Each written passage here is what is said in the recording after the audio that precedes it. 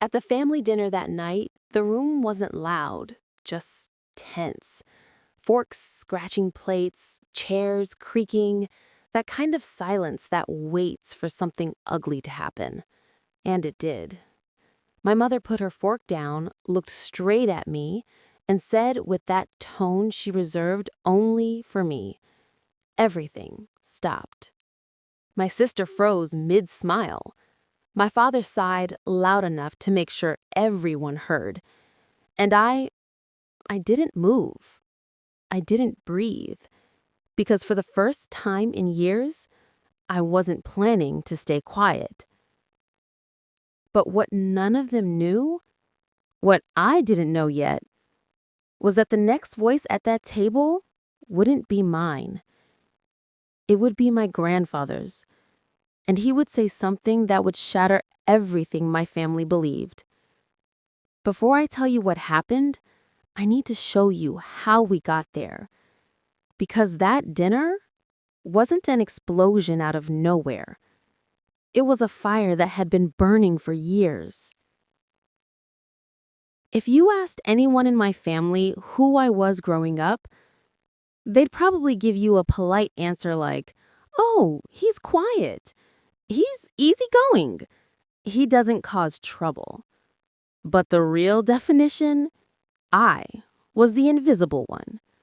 The one they remembered when things went wrong. The one who fixed problems I didn't create. The one who carried responsibilities no one thanked me for. My sister, on the other hand, could do no wrong. Any effort I made was expected. Anything she did was amazing. I used to joke internally that in my house, love was like sunlight, always landing on the same person while I lived in the shade. But even jokes hurt when they're true. People think favoritism is something you outgrow, like hand-me-down clothes. But sometimes it grows with you, stretching into adulthood until you don't even realize you're still trying to prove you deserve basic affection. That was me, a grown adult, still trying to earn a seat at the very table I helped build. But it didn't start with big things. It started slowly, quietly, just like every storm that pretends to be a breeze before tearing off the roof. In my family, disrespect never arrived screaming. It came in small doses, like medicine meant to keep you weak. "My car won't start. Can you go?" "Your sister's tired. Do her chores." "You're single, so you have time." Always packaged as logic.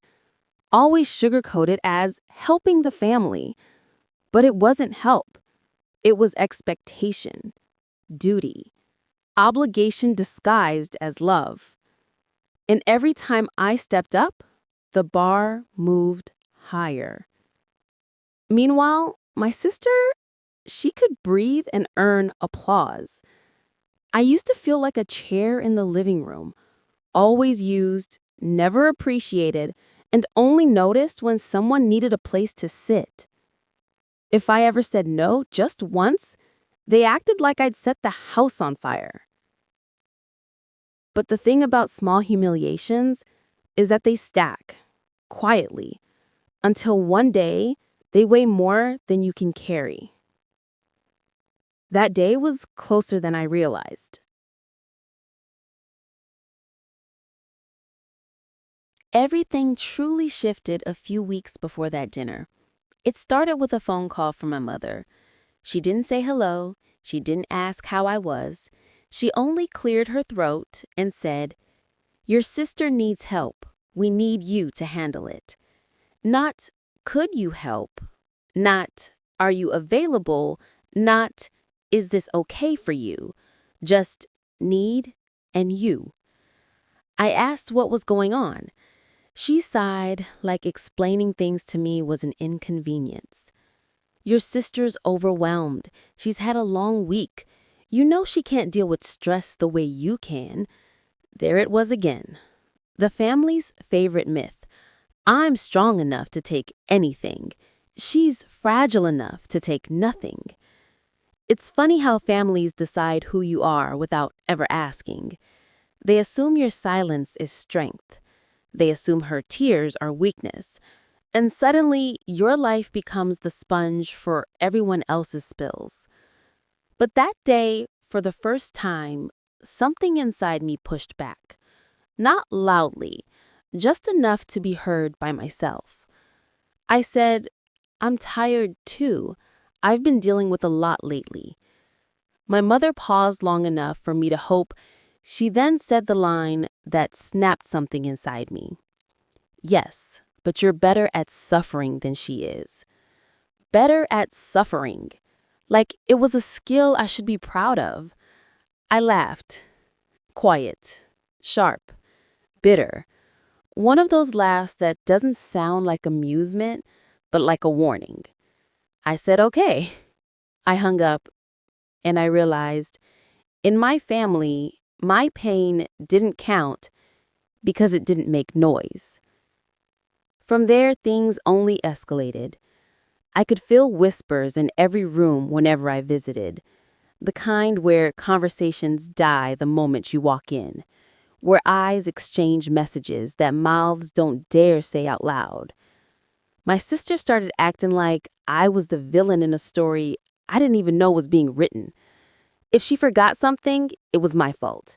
If she was stressed, it was my fault. If she cried, somehow, also my fault. My dad would pat my shoulder and say things like, just keep the peace, you're good at that. But keeping the peace felt more like choosing to drown quietly so no one else had to swim. Every time I stepped into that house, I felt like I was carrying a glass of water filled to the brim. Every step careful, every movement controlled, terrified that the smallest tremble would make everything spill. And everyone acted like I was being dramatic. One night, after another round of subtle accusations and passive-aggressive smiles, I sat alone in my car and realized something terrifying. I wasn't tired of them. I was tired of who I became around them. And once you understand that, there's no way back to pretending. So when my mother invited me to dinner, family dinner, no excuses, I felt something sharp settle in my chest. Not anger, not fear, just clarity. This was going to be the night where something finally broke.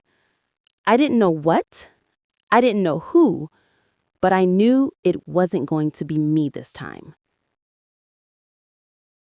The night of the dinner felt wrong the moment I walked in. The house was quiet, too quiet. Not the comfortable kind, but the kind that feels staged, like everyone rehearsed their lines before I arrived. My sister sat at the table looking unusually angelic, hands folded, head tilted just slightly, her I'm the good one posture. My father didn't look at me. My mother greeted me with a kiss on the cheek so fake it could have been plastic. I sat down anyway. The clinking of silverware started. Forced smiles, shallow questions, the usual choreography. Then it began. My mother set her fork down, leaned back, and sighed dramatically. We need to talk about your attitude lately. Of course. Of course it was that. Not the lies, not the manipulation, not the years of favoritism. My attitude. I stayed quiet. Silence is a weapon, if you know how to use it. She continued, louder this time, clearly performing for the table. You've been creating so much stress for your sister. You know she's sensitive. Why can't you just be supportive for once? For once. The phrase stabbed deeper than the accusation itself. My sister lowered her eyes just enough to look hurt. A perfect performance. She knew exactly how to play that audience. My dad finally looked up and added, "You need to stop making everything harder than it has to be." There it was. All eyes on me, all blame on me. I felt that old, familiar heat building behind my ribs, the one that usually made me apologize, back down, shrink myself just to bring peace. But before I could open my mouth, a hand slammed the table. Not mine, my grandfather's. My grandfather rarely spoke during family conflicts. He was the observer, the quiet, steady presence in a room full of unstable voices. But that night, he stood up, slowly, shoulders stiff, eyes locked on my parents. The entire table froze. He pointed at me and said, voice trembling, not from weakness, but from anger, "He's not the problem. You all are." My sister gasped. My mother's face drained of color. My father tried to laugh it off, but my grandfather wasn't done. He turned to my mother first. "You blame him for things he never did. You take from him without giving anything back. And you hide behind that word, family, as if it excuses cruelty." Then he pointed at my father. "And you let it happen. You turned him into the family's punching bag because it was easier than confronting your own failures." My father tried to speak, but my grandfather raised a hand. Silence. The kind that bends the air. Then he looked at my sister. "And you've grown up believing you're entitled to everyone's sacrifice, but never owe anything in return." She started crying. Real or fake, I honestly couldn't tell anymore. But he didn't comfort her. He wasn't there to protect fragile egos. He was there to tell the truth. He placed both hands on the table and said the final blow. "I've watched this family use him, use his money, his time, his patience, and call it love. That stops tonight." The room went dead still. And for the first time in my life, I felt seen. After my grandfather finished speaking, the room was so silent it felt like sound itself had left the house. My mother's lips trembled, but not from remorse, from the panic of losing control of the narrative. She finally whispered, "Dad, you don't understand. We were just trying to keep the family together." He shook his head. "No, you were trying to keep your comfort together. That's not the same thing." My father, still trying to save face, cleared his throat and said, "We all make mistakes, but this is a family issue. We can resolve it calmly." Calmly? After years of putting weight on my back and calling it support? I felt something shift inside me, like a knot I'd spent my whole life tightening suddenly came undone. For the first time ever, I was not afraid of their disappointment. I wasn't even angry, just done.